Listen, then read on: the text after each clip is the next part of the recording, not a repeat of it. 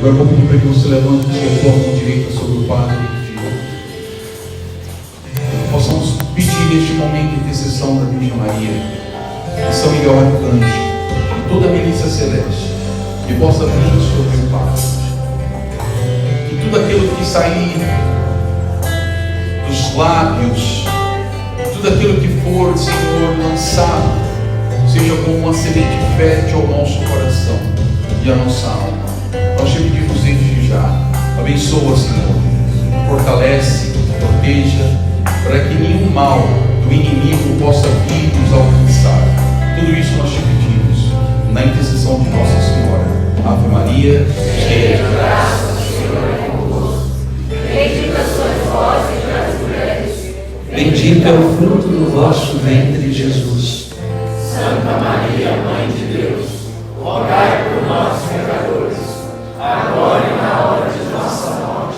Amém. Pelo sinal da Santa Cruz, livrai-nos Deus, nosso Senhor, dos nossos inimigos carnais e espirituais. Em nome do Pai, do Filho e do Espírito Santo. Amém. A cruz sagrada seja a minha luz, não seja o dragão meu guia. Retira-te, Satanás, nunca me aconselhe coisas vãs. É mal que tu me ofereces, bebe tu mesmo dos teus venenos. A cruz sagrada seja a minha luz, não seja o dragão meu guia. Retira-te, Satanás, nunca me aconselhe coisas vãs. É mal que tu me ofereces, bebe tu mesmo do teu veneno. A cruz sagrada seja a minha luz, não seja o dragão meu guia. Retira-te, Satanás, nunca me aconselhe coisas vãs. É mal que tu me ofereces, bebe tu mesmo dos teus venenos. São Miguel Arcanjo, defendei-nos no combate, sede o nosso refúgio contra as maldades e as ciladas do demônio. Ordene-lhe Deus instantemente o pedimos, e que vós, príncipe da milícia celeste, pela virtude divina, precipitai no inferno a Satanás e a todos os espíritos malignos que andam pelo mundo para perderem as almas. Quem como Deus? Se Deus é por nós, quem será contra nós? Eu e minha casa serviremos ao Senhor. Em nome do Pai, do Filho e do Espírito Santo. Amém. Podemos nos assentar. Mais uma vez, bom dia. E que dia especial para nós neste lugar de oração. Que dia especial para nós neste acampamento. Eu sou o Padre Diogo Albuquerque. Eu sou da Diocese de Bragança Paulista, lá no estado de São Paulo, no Brasil. No próximo dia 1º de julho, semana que vem, faço 7 anos de padre, não é?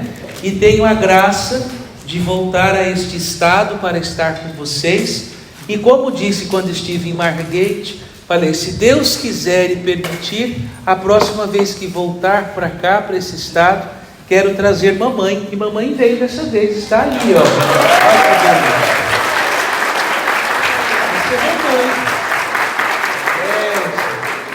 Essa é mamãe. Então depois vocês podem conversar com ela para saber que o padre não nasceu padre, já foi menino, já foi levado, não é? Graças a Deus. Mas eu estou muito feliz de estar com vocês e junto com Eliana e Ricardo Sá, que são muito caros ao meu coração. Nesse primeiro momento, nesse segundo momento, melhor dizendo, na primeira pregação, nós vamos falar sobre os planos de Deus. E eu gostaria de meditar com vocês neste momento essa grande expressão de que quem uniu você à sua esposa foi Deus. Quem vos uniu foi Deus. Muitas pessoas, às vezes, com o passar dos anos, podem facilmente esquecerem desta sentença que é tão importante na vida de um casal. Saberem que vocês não estão juntos por obra do acaso. E ainda que nunca ninguém tenha te dito, eu tenho que te dizer nessa manhã, lá no início de tudo, quando Deus criou todas as coisas, Ele já havia pensado em cada um de vocês. E de modo especial que o José seria da Ariane, não da Maria, pelo amor de Deus, não vai arrumar problema para mim. Que o José seria da Ariane, que a Ariane seria do José, que o querido Flávio seria da Cris, que a Cris seria do Flávio. Pelo amor de Deus, irmão, que o José seria da Maria. A Ariane já olhou assim, né? Não. Já desde o princípio de tudo, Deus já havia pensado em você e no seu esposo, na sua esposa, em você e na sua parte. E todos vocês, todos nós, fazemos parte de um grande projeto, de um grande plano de Deus para nós. Abra sua Bíblia na primeira carta de São Paulo aos Coríntios. Primeira carta de São Paulo aos Coríntios, capítulo 2, versículo 9. Primeira carta de São Paulo aos Coríntios, capítulo 2, versículo 9.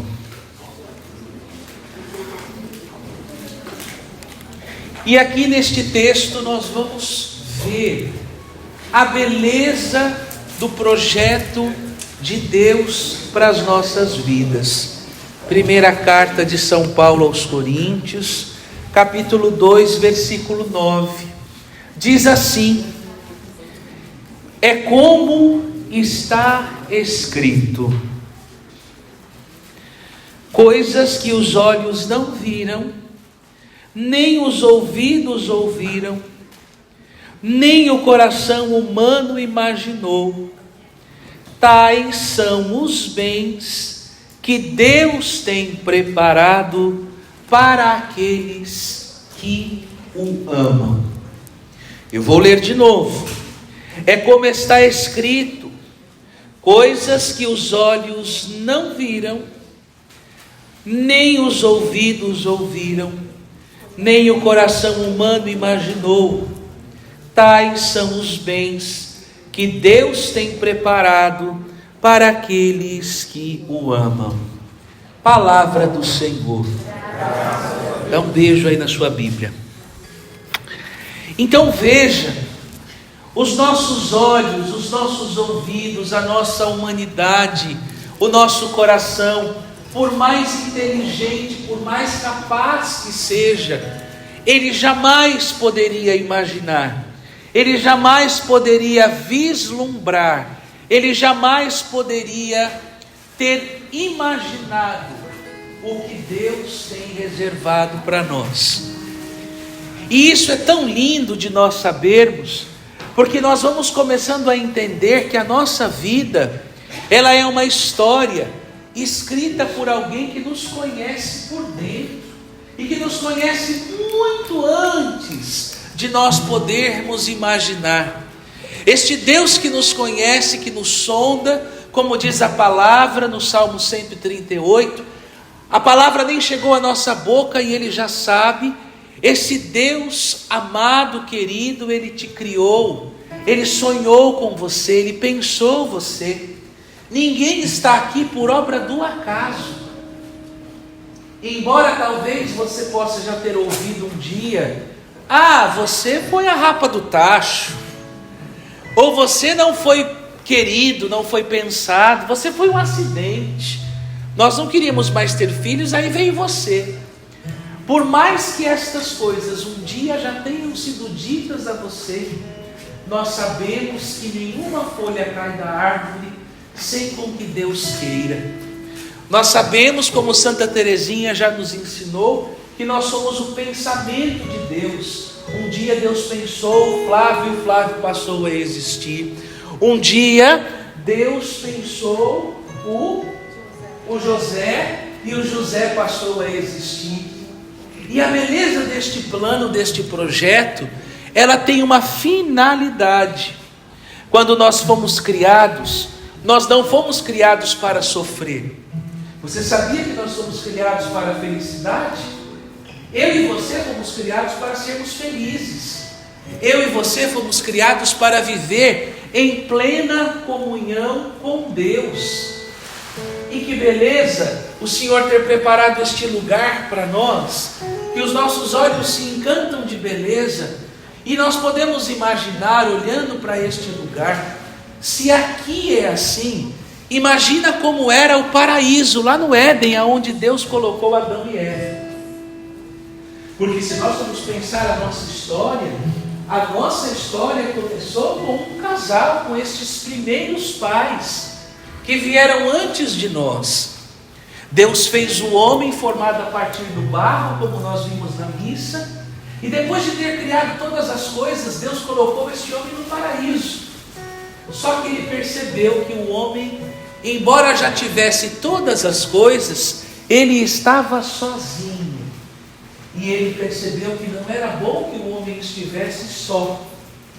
Então ele procurou, dentre todas as coisas que ele havia criado, dentre todas as criaturas que ele havia formado, ele procurou uma que fosse companheira ideal para o homem. Mas de tudo que ele havia criado, não havia ainda uma companheira que estivesse à altura do homem. Então ele faz o homem cair num sono, e como de um sonho bom, ele tira a mulher do lado do homem, da sua costela. Olha para a pessoa que está do seu lado, você que é homem, olha que costelão, não é? Que beleza! O que uma costela fez, não é verdade? Que maravilha! Não é? Pois bem, agora pense comigo aqui. Por que Deus não tirou a mulher da cabeça do homem? Para que ela não se sentisse superior a ele. Por que Deus não tirou a mulher do pé do homem? Para que ela não se sentisse inferior a ele.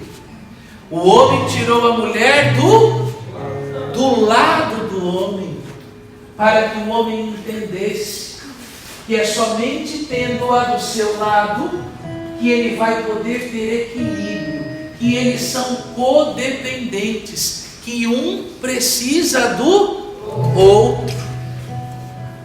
Já na origem, já no Gênesis, já no início da nossa história, Deus já foi mostrando que de fato o homem e a mulher unidos juntos formam uma só carne.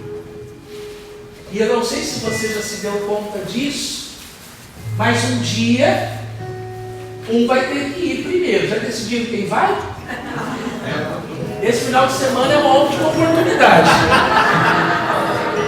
né? Um dia vai acontecer, não é? Sem pressa, claro, não temos pressa, mas um dia vai. Aqueles que dão sorte de irem juntos não vão sentir o quanto a costela é necessária, mas aqueles que ficarem, aquele que ficar, depois que a primeira parte for, somente neste dia vai conseguir perceber o quanto que a costela faz falta, o quanto que a outra parte é necessária. É tão engraçado porque as pessoas falam assim: mas quem que é o senhor para falar de casamento? O senhor não casou? Eu falei: nossa, mas o médico também nunca pegou todas as doenças e é hábil para poder falar das doenças, não é verdade? Isso é uma ignorância. Mas veja, preste atenção, que coisa interessante. Deus nos deu a oportunidade de estarmos em todos os momentos da vida de vocês.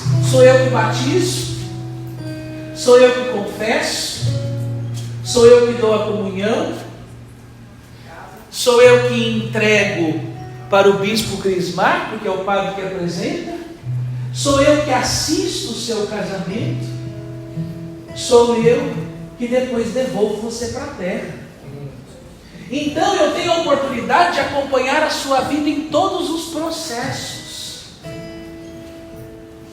E é tão lindo quando a gente percebe, quando um homem e uma mulher entendem a beleza deste plano de Deus, e eles passam a viver cada dia como se fosse o primeiro, o último e o único.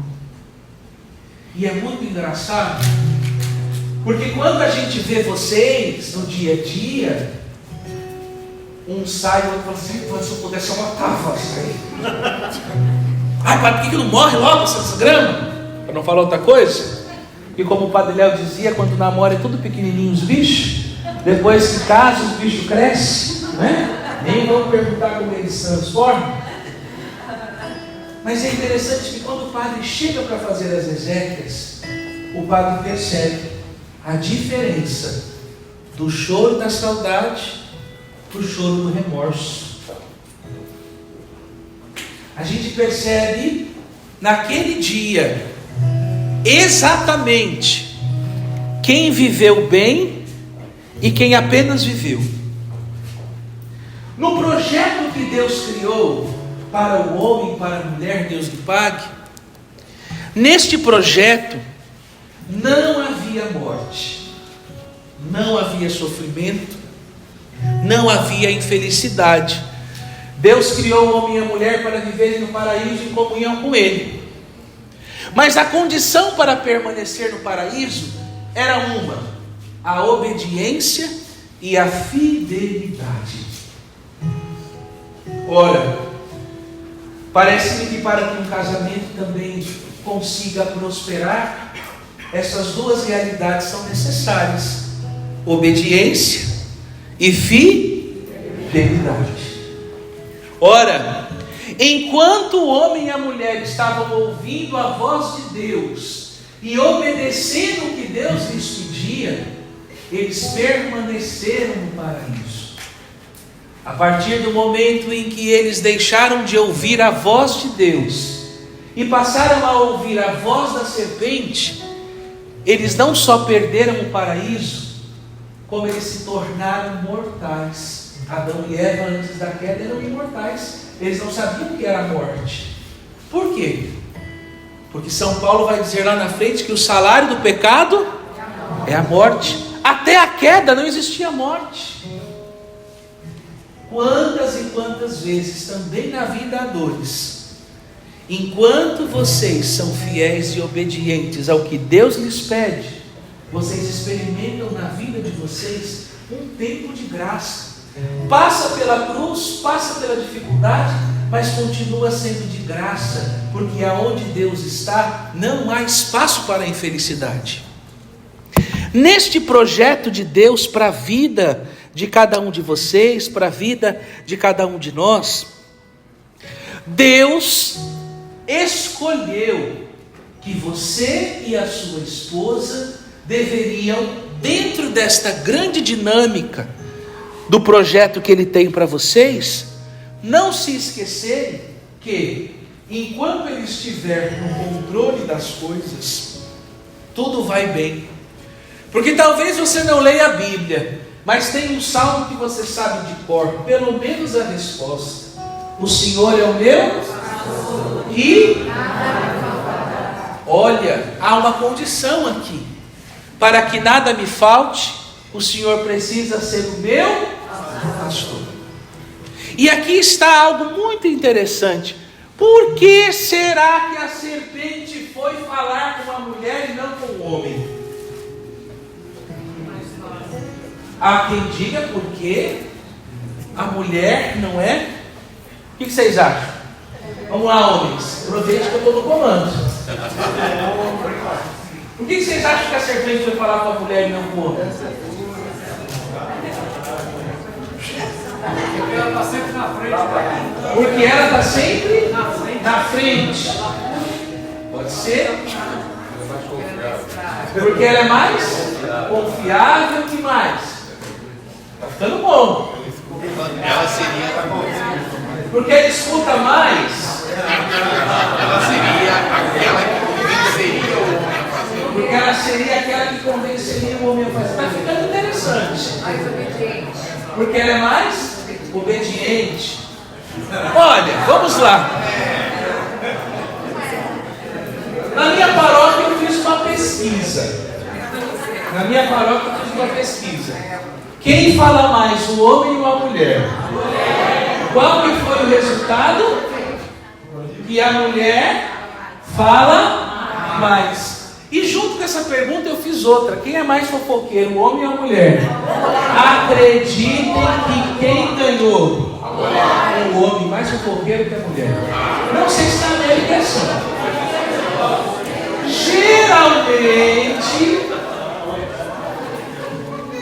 Geralmente a mulher fala mais que o homem. Tem mulheres que já acordam falando. É impressionante, não é? Pois bem, eu vou responder então para vocês. Meus amigos homens, agora somos nós. Quando a gente quer uma coisa, antes da gente fazer essa coisa, a gente primeiro pensa no trabalho que vai dar para fazer essa coisa. E se a gente vê que vai dar muito trabalho, que a gente vai ter que falar com a mulher e ouvir ela falando na nossa cabeça, a gente nem faz. Deixa esse negócio para lá. Agora, minhas amigas, minhas filhas, quando a mulher põe uma coisa na cabeça, olha, enquanto ela não vê aquilo que ela quer acontecer, ela não nos dá paz. É ou não é verdade? E aí emburra, fica bicuda, começa a não vou fazer mais nada, fica triste, amuada no canto. Eu sei que eu vejo em casa. É.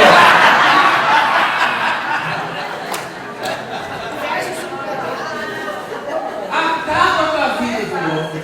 Pois é. Se a serpente tivesse falado com um homem, o pecado não teria acontecido. Não porque a gente é mais forte, é porque a gente não quer ter trabalho. Logo a gente dizia assim: eu vou ter que ir lá convencer a mulher que vai ter que comer a fruta. Isso vai dar trabalho demais, essa mulher não escolhe demais, deixa pra lá. Então a serpente foi naquela que tem o poder de persuasão. Porque quando a mulher quer uma coisa, ela move céu e terra até que ela consiga. Então a serpente foi na raiz, porque sabia da força que dentro da mulher Deus havia colocado. Por que eu estou dizendo isso? Porque dentro desse grande projeto, desse grande plano de Deus para vocês, se vocês não entenderem como a psicologia da cabeça de cada um funciona, este plano nunca vai conseguir ser bem realizado. E o grande problema das famílias hoje é que, como vocês já não conversam mais, e isso é fato, estatisticamente, não há mais conversa, não há mais diálogo. Há entre muitos casais um contrato. A casa vai indo, as coisas vão acontecendo, e vocês não se espantem. Há casais que só se enxergam e só se olham na hora da relação sexual. Porque os homens não entenderam que a boa relação sexual não começa na cama. Ela começa no café da manhã. Ah, eu sou padre, tenho que ensinar vocês a fazer isso? Enquanto vocês não entenderem isso, que as coisas fazem parte de um processo que passa pela realidade da singularidade de cada um e da necessidade de cada um, enquanto não se entender isso, vocês vão continuar um querendo mudar o outro. E posso te contar uma coisa, como quem ouve casais, ninguém muda ninguém. Enquanto vocês não entenderem que este projeto que Deus tem para vocês vai exigir que vocês sejam capazes de dizer sim para o que é sim e não para o que é não, a casa e a família de vocês, ela não vai ser uma casa e uma família de acordo com o projeto de Deus. Olha para sua esposa, olha para o seu esposo. Talvez não seja mais aquele príncipe que você viu, né? Ou aquela princesa que você sonhou. É engraçado que algumas falam assim: padre, eu via tanto filme que quando a princesa beijava o sapo, virava príncipe. Estou beijando o sapo há 30 anos, para minha vida disso. Perceba que quando você olha para sua esposa, quando você olha para ele, quando você olha para ela, será que vocês conseguem se lembrar de tudo que vocês lutaram para chegar até aqui?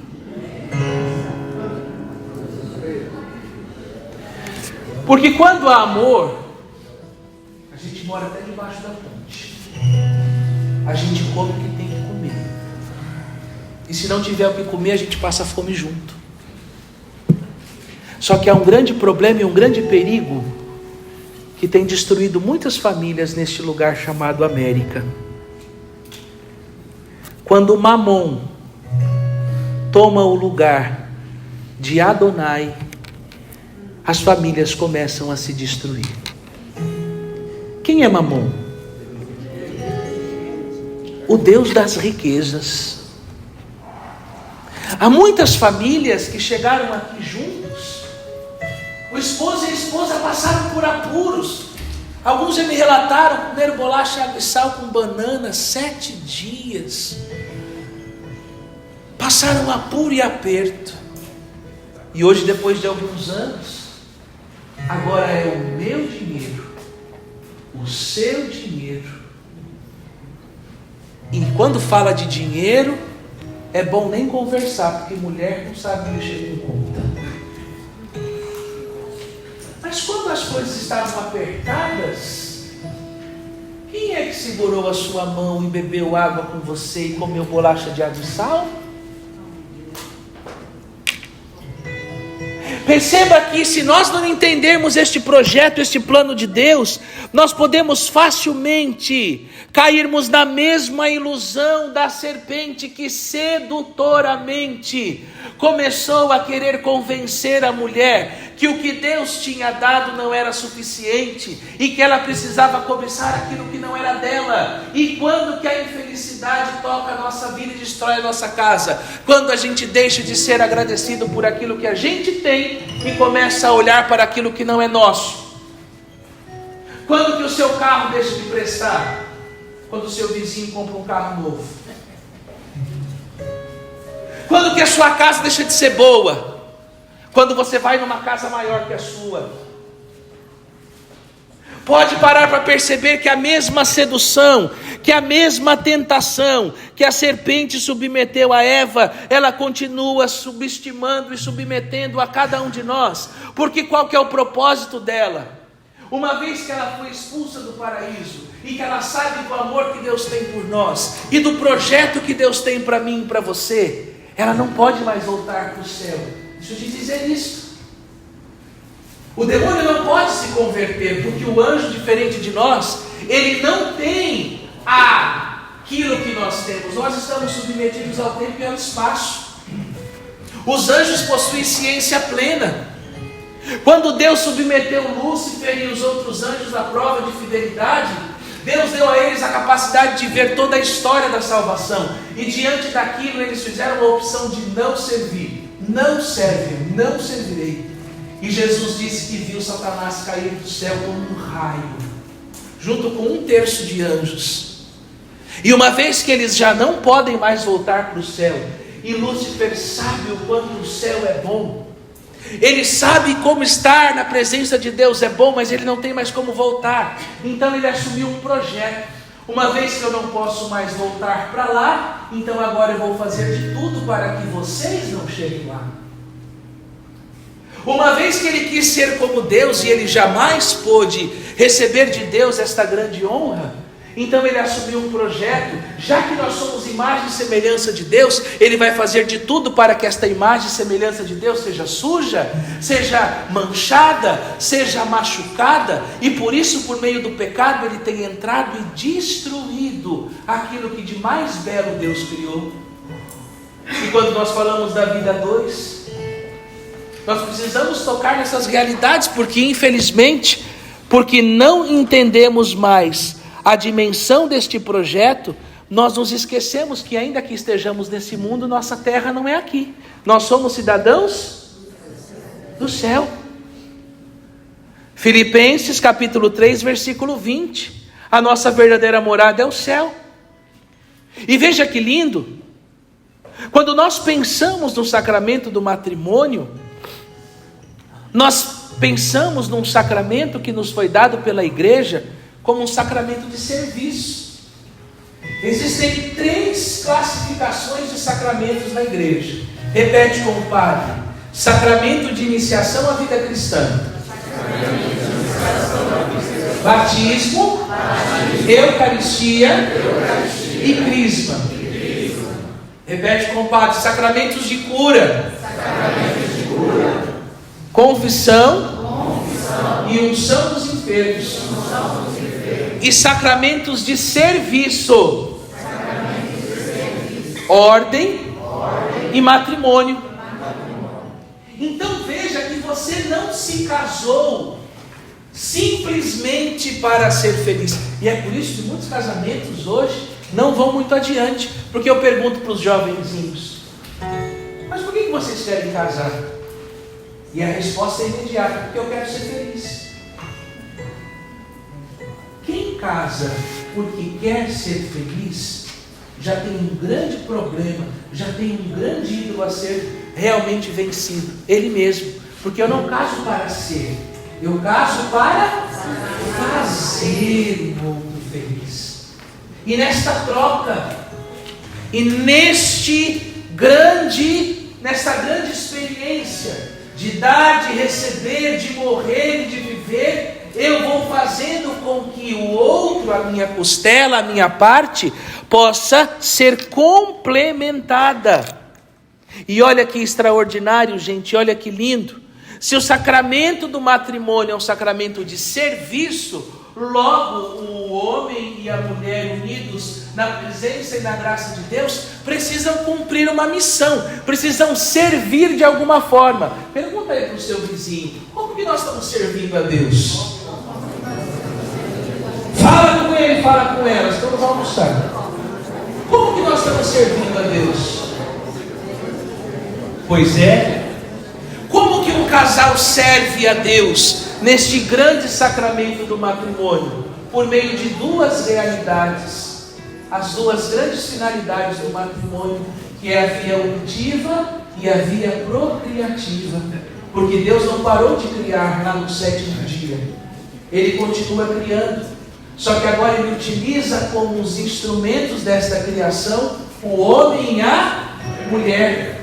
O homem e a mulher unidos diante do altar, recebido o sacramento da igreja, assume a missão de continuar a obra criadora de Deus. Logo, se o homem e a mulher assumem esta missão, eles colaboram diretamente com Deus. Ora, para que a igreja possa continuar fazendo aquilo que Deus prometeu a ela, ela precisa receber do sacramento do matrimônio os seus filhos. Por quê? O padre não batiza cachorro, nem latim. Só quem assistiu o Alto da Compadecida vai rir da piada, né? Quem não assistiu, assista depois. O padre só batiza pessoas. Ora, dentro deste projeto que Deus tem, do projeto que Deus criou, que é a nossa felicidade, que é a nossa salvação, que é a nossa volta para o paraíso, que é vivemos em comunhão com Deus, o Pai, por meio do Filho e do Espírito, deixou um caminho, um instrumento. Esse instrumento é a igreja, sacramento universal de salvação. A missão da igreja é levar as famílias para o céu. Por isso que quando a gente vê as pessoas querendo nos convencer que a missão da igreja é entregar a cesta básica, não. A missão da igreja é salvar as almas, é levar as pessoas para o céu. E evidentemente que para levar as pessoas para o céu nós precisamos fazer caridade. Não podemos viver de assistencialismo, essas pessoas não entendem. Então, porque a missão da igreja é salvar as almas, ela precisa receber os filhos que vêm do sacramento do matrimônio. Ora, Jesus disse que as portas do inferno jamais prevaleceriam contra a igreja. uma vez que o demônio não pode destruir a igreja, porque as portas do inferno jamais vão prevalecer sobre ela, então quem ele vai tentar destruir? Aquilo que a igreja tem de mais precioso, porque é da família que vão vir os novos filhos da igreja. Então, para que a igreja não consiga cumprir a sua missão, o demônio tem um alvo, quem? A família. E na sua mensagem, Nossa Senhora disse à irmã Lúcia: como nós saberíamos que estamos chegando nos fins dos tempos? E você pode anotar aí, para você não se esquecer. Nossa Senhora disse a Lúcia que quando estivesse aproximando os tempos, os finais dos tempos, nós veríamos claramente a última batalha entre o príncipe deste mundo e Nosso Senhor teria como alvo duas realidades: o matrimônio e a família. Então nós já estamos nesses finais dos tempos, e é por isso que nós estamos vendo uma força tão grande contra a família. Por quê? Porque se as famílias não têm mais filho e têm cachorro, eu trouxe as palavras exatas, que é muito importante isso que o Papa está dizendo.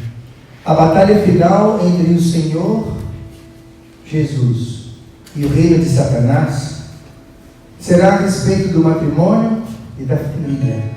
Não temam, acrescentou, porque qualquer pessoa que atue a favor da santidade do matrimônio e da família será sempre combatida e enfrentada em todas as formas, porque este é o ponto decisivo.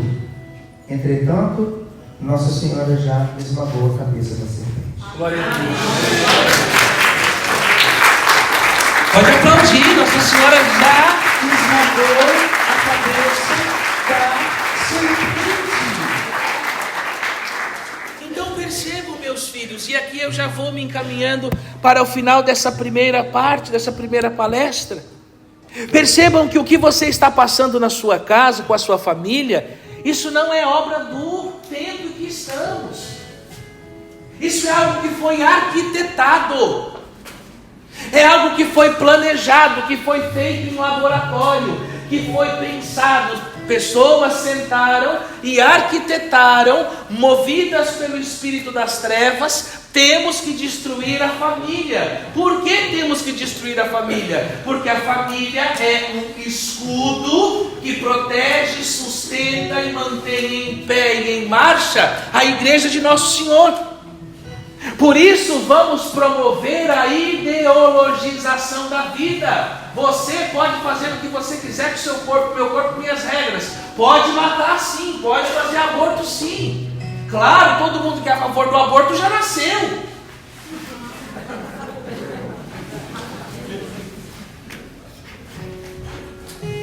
É fácil, né, ser a favor do aborto já nascido. Então não tenham filhos, tenham cachorros. E tem que falar baixo isso aqui, né? Porque aqui parece que o cachorro tem mais valor do que muitas pessoas. Amo os cachorrinhos, tenho 3 em casa. Mas são cachorros. Quando eles morrerem, eles vão para o céu. Não tem um céu de cachorro. Eles não têm alma. A alma que eles têm é uma alma animal, vegetal, não é uma alma como a nossa imortal. Então vamos promover todo tipo de união, porque o que importa é o amor. Claro, de todo tipo de união não nasce filhos. Vocês estão me entendendo, não preciso ser mais claro que isso. Vamos promover isso. E vamos promover colocando na cabeça das pessoas que nós nos preocupamos com ela. Mas na verdade ninguém se preocupa com quem está promovendo essa ideologia. Eles estão um pouco se lixando para a história dessas pessoas. Eles querem destruir a vida. Porque desses tipos de união não nasce vida. Então veja que o que você está vivendo para manter a sua família de pé, porque eu sei que não é fácil ser família. Eu sei que não é fácil ser família católica nos dias de hoje, porque a concorrência hoje é desleal. Tudo que você ensina para o seu filho em casa, ele não vê na mídia, ele não vê na internet, ele não vê no mundo. Na época dos meus pais, talvez na sua época, na época dos nossos avós, havia uma cooperação. O que se ouvia em casa, se ouvia na escola e se via acontecer no mundo. Então, família era amparada, protegida, porque tinha respaldo na escola, porque tinha respaldo no mundo. Hoje é desleal. Você passa a vida inteira, leva na catequese, batiza, faz tudo como tem que fazer, e ele vai bonitinho, ele participa dos sacramentos, recebe os sacramentos. Basta ele ir fazer uma aula na faculdade, ele volta, depois de ouvir um professor falando lá asneira, tudo que você falou numa vida inteira já é jogado no lixo. Você é a pior pessoa do mundo, sempre me enganou, quem está certo é o professor. Não quero mais saber de igreja, não quero mais saber de missa, não quero mais saber de nada disso. Isso não é uma exclusividade da sua casa. Isso é um problema que está presente no mundo, porque há uma grande revolução cultural tentando destruir isso daqui. Porque se você não usa isso daqui, e você só se deixa levar pelo que sente, não pelo que pensa, você é muito mais fácil de ser domesticado. Olha para quem está do seu lado e diz: Deus nos deu a capacidade de pensar. Toda vez que a gente pensa, a gente não peca. Sabia disso? Olha para o padre. Todas as vezes que você pensa, você não peca.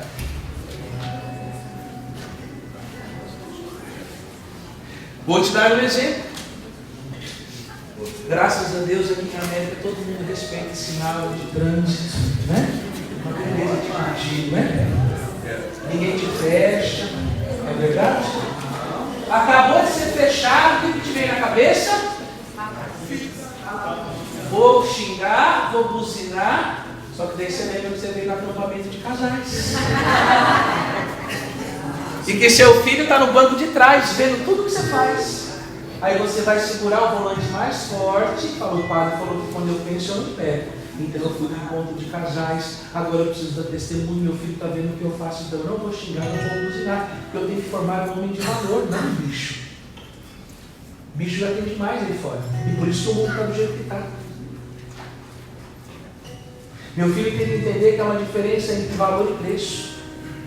Tem coisas no mundo que tem preço, outras têm valor. Quando eu penso, eu não. Seu marido chegou a altas horas com um cheiro diferente, um perfume que você não conhece. Você tem duas opções: ou pensa ou mata. Não é? Só que se você mata, você cria um outro problema. E quem vai presa? Você. Então, ao invés de responder ao instinto, ao invés de fazer o que o diabo quer que você faça, que é brigar, que é destruir a sua casa, destruir a sua família, você vai pensar. Então agora não é hora de eu me perguntar para ele: que perfume é esse? Porque ele está chegando de um dia cansado, ele está cansado, eu estou cansado, e quando a gente está cansado, a gente não tem muita paciência. Então, vamos deixar a poeira abaixar, e amanhã, quando ele levantar com aquela cara lavada, para tomar aquele café gostoso, você vai dizer: meu amor, eu te dei um perfume com um cheiro assim? Perfume, meu bem? Não, porque você chegou com um cheiro diferente. Mas não tem problema, porque a partir de hoje você não vai mais chegar com esse cheiro diferente. Porque a partir de agora eu vou te acompanhar todos os dias quando você sair mais cedo do serviço. Você pensou, você não pecou, e você mostrou para ele que ele não casou com um pedaço de carne, ele casou com uma mulher que não é histérica, mas que sabe que para defender a sua casa ela precisa ter razão. Porque já disse o filósofo Descartes que os nossos sentidos nos enganam. E quantas vezes você agiu por histeria e ao invés de conseguir mostrar que você que manda, você fez justamente o que o diabo queria, que era afastar o seu marido de você. E pode ser que aquele perfume diferente que você sentiu, ele não usou na casa de outra pessoa. Ele pode ter passado em algum lugar e ter usado um perfume diferente.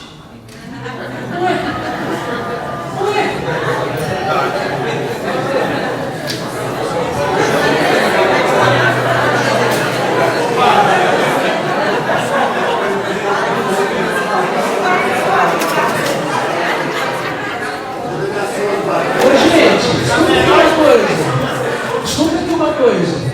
Vocês não esqueceram do desodorante, não?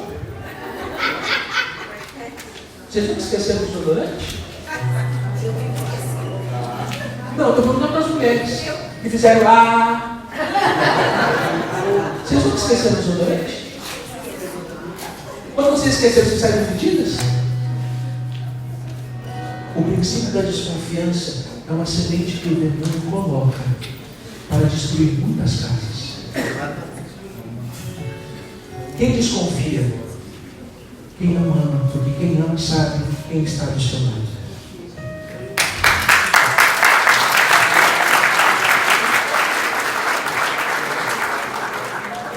Porque se esse perfume não for seu, for de outra mulher, o pecado não é seu, é dele. Quem vai pagar diante de Deus é ele, não você. Ou você é como as outras?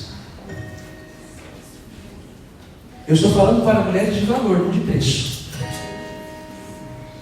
Uma mulher que tem valor salva o seu casamento de joelhos.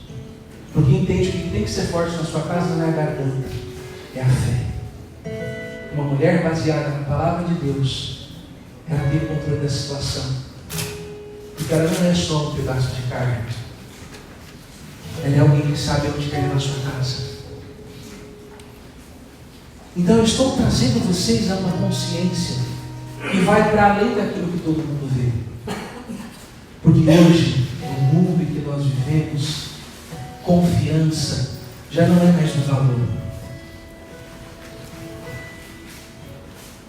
Quando nós perdemos a confiança, nós perdemos tudo. Desculpem vocês, mas o dia que eu não confiar mais em quem dorme do meu lado, eu preciso rever não quem está do meu lado, eu preciso rever a mim. E aos valores que existem dentro de mim. Por que essa desconfiança? Então veja, gente, que o Senhor quer nesse final de semana ampliar a nossa visão. Porque como quem ouve casais e atende famílias, eu estou vendo muitas famílias se destruírem porque os casais estão deixando de pensar. E às vezes é preferível perder uma discussão e manter a sua família de pé, do que ganhar todas as discussões e terminar a vida sozinho.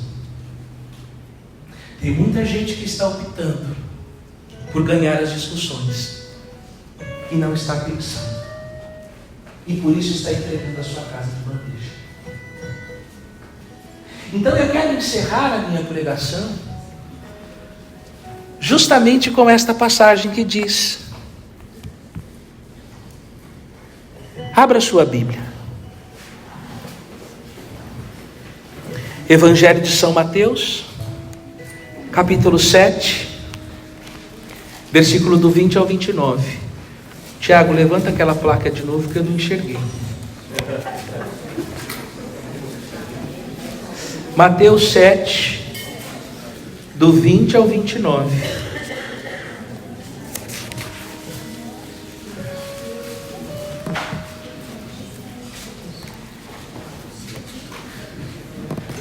Pelos frutos os conhecereis. Nem todo aquele que me diz Senhor, Senhor entrará no reino dos céus, mas sim aquele que faz a vontade de meu Pai que está nos céus.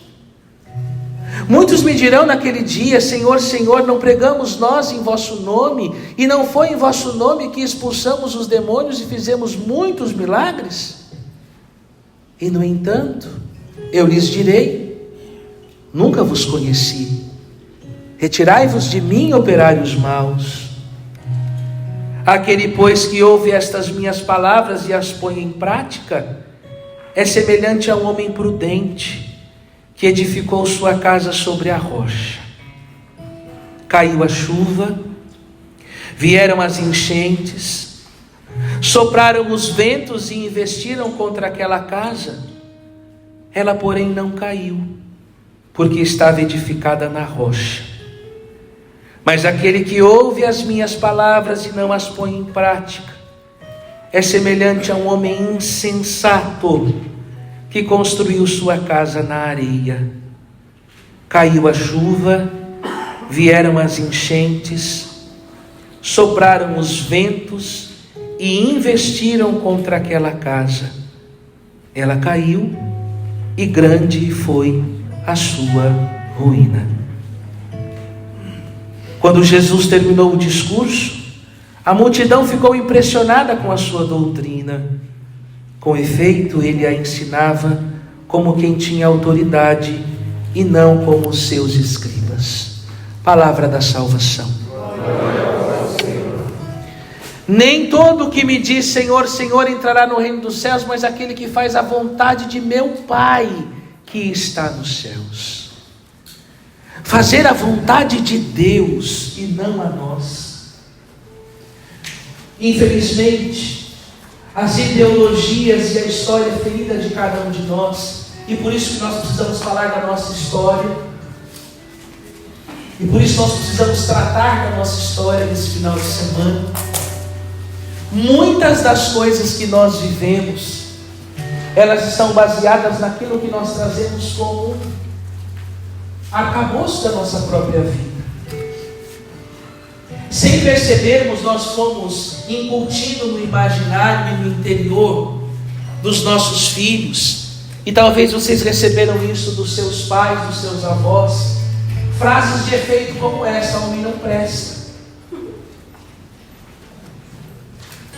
E sem você perceber, isso foi ficando lá. Ou toda mulher não se dá o respeito, para não falar que em muitos lugares se fala. Ou mulher boa é mulher calada. Tantas coisas que foram sendo introduzidas no nosso imaginário, e sem a gente perceber, nós fomos fazendo com que essas coisas depois viessem e virassem realidades concretas na vida de vocês. E que muitos dos sentimentos que vocês têm e das batalhas que vocês enfrentam, vocês nem sabem por que estão enfrentando e por que estão vivendo, mas elas acontecem, fruto justamente da perca deste referencial de que quem vos uniu foi Deus, e de que há um grande plano de amor de Deus para você e para a sua casa. E que essa pessoa que está do seu lado, ela não é uma pessoa perfeita, porque os perfeitos já são santos. E o primeiro critério para a igreja decretar alguém santo é que a pessoa esteja morta. Porque enquanto nós estivermos vivos, nós seremos passíveis de erro. Bate aí do lado das costas do seu companheiro. Tem asa aí? Você não se casou com um santo. Dá uma beliscadinha. Tem carne, tem osso aí? Estou vendo daqui, tem bastante carne, outros tem só osso. Nós somos de carne e osso, e por isso nós precisamos da graça de Deus. Vamos ficar de pé. Olhe para o seu esposo, olhe para a sua esposa. Há quanto tempo vocês não se olham? Olha aqui para o padre antes de se olharem. Eu sei que o meu tempo acabou, mas eu tenho que encerrar assim. Um dia eu ouvi de uma pessoa assim: eu não vou nesses encontros de igreja com a minha mulher, porque eu detesto esse negócio de ter que ficar olhando no olho do outro. Aí eu fiquei pensando: e como que vocês fazem as coisas?